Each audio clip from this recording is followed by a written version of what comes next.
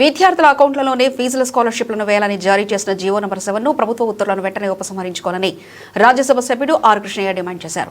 తెలంగాణ విద్యార్థి సంఘం అధ్యక్షుడు పగిళ్ల సతీష్ ఆధ్వర్యంలో కాచిగూడలో ఏర్పాటు చేసిన సమావేశంలో కృష్ణయ్య పాల్గొన్నారు. ఈ సందర్భంగా ఆర్ కృష్ణయ్య మాట్లాడుతూ కళాశాల యాజమాన్యాలు ఫీజులను మొదట అడ్మిషన్ల సమయంలో చెల్లిస్తేనే అడ్మిషన్లు ఇస్తామనడం సరికాదన్నారు. ఫీజుల బకాయిలపై ఇంత గొడవ జరుగుతున్నా ప్రభుత్వం బకాయిలు చెల్లించకుండా విద్యార్థుల జీవితాలతో చెలగాటమాడుతుందని విమర్శించారు. ఎన్నో ఏళ్లు పోరాటాల ద్వారా సాధించుకున్న రియంబర్మెంట్స్ పథకాన్ని ఎత్తివేయాలని చూస్తే బీసీ సమాజం చూస్తూ ఉండదని అన్నారు. ఈ పథకం అమల్లోకి వచ్చిన తర్వాతే పేద వర్గాలకు చెందిన విద్యార్థులు ఇంజనీరింగ్, మెడిసిన్, పీజీ వంటి ఉన్నత చదువులు చదువుతున్నారని గుర్తు చేశారు. పేదలు ఉన్నత స్థాయికి ఎదగడాన్ని ముఖ్యమంత్రికి ఇష్టం లేనట్టుందంటూ విమర్శించారు. న్యాయస్థానం సైతం ఫీజులను విద్యార్థుల నుండి వసూలు చేసుకోవచ్చని ఆదేశాలు ఇవ్వడం సరికాదని, ఈ అంశాన్ని పార్లమెంట్లో చర్చిస్తానని పేర్కొన్నారు.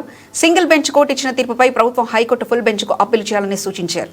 అంతవరకు ప్రస్తుత జీవోని నిలిపివేసి పాత పద్ధతిలోనే ఫీజుల రియంబర్మెంట్స్ కొనసాగించాలని ప్రభుత్వాన్ని కోరారు. Revanth Reddy SC, ST, BC విద్యార్థులు చదువుకోకుండా పెద్ద కుట్ర చేస్తున్నాడు. ఒక్కొక్క రోజు ఒక్కొక్క నాటకం సృష్టిస్తున్నాడు, ఒక్కొక్క రోజు ఒక డ్రామా చేస్తున్నాడు. ఖబర్దార్ హెచ్చరిస్తున్న ఫీజుల రియంబర్స్మెంట్ పథకం అనేది ఒకటి అలాంటప్ప రాలే.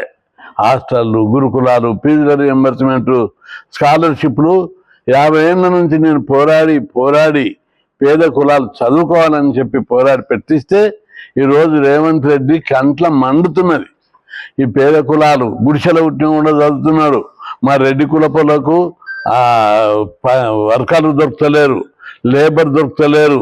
వీళ్ళందరూ మా దగ్గర సాకల పని, మంగళ పని, గొలుగోష్టోళ్ళు, మేకలు గోష్టోళ్ళు వీళ్ళందరూ ఈరోజు చదువుకుంటుంటే మా రెడ్లు మేమేం చేయాలి అని చెప్పి రెడ్డి రాజ్యాన్ని స్థాపించాలనే కుట్రతోటి ఈ ఫీజు రియంబర్స్మెంట్ స్కీమ్కు రేవంత్ రెడ్డి మీద మేము ఇప్పటికి కూడా వ్యతిరేకత స్పష్టంగా చెప్తలేం.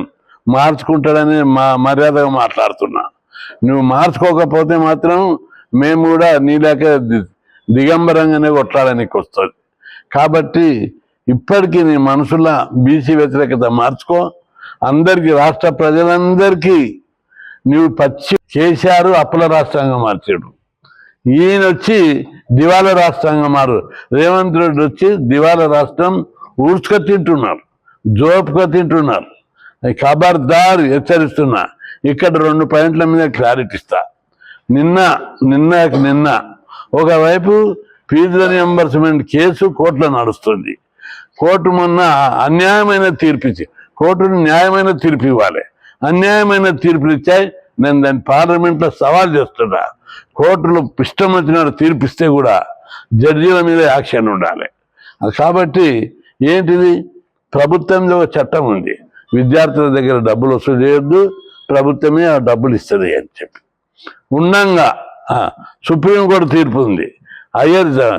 సాంకేతిక విద్యా మండలి నుండి ఇంకా యూజీసీ తీర్పు ఆదేశాలు ఉన్నాయి. రాష్ట్ర ప్రభుత్వ ఆదేశాలు డజన్ ఉన్నాయి. హయ్యర్ ఎడ్యుకేషన్ కౌన్సిల్ ఆదేశాలు ఒక 10 ఉన్నాయి. ఏమని, విద్యార్థుల దగ్గర ఫీజులు వసూలు చేయొద్దు, ప్రభుత్వమే ఆ ఫీజులు మంజూరు చేస్తుంది. అందుకు విరుద్ధంగా హైకోర్టు సింగిల్ జడ్జి గారు ఏమని తీర్పిచ్చారు, విద్యార్థుల దగ్గర మీరు వసూలు చేసుకోండి అంటారు.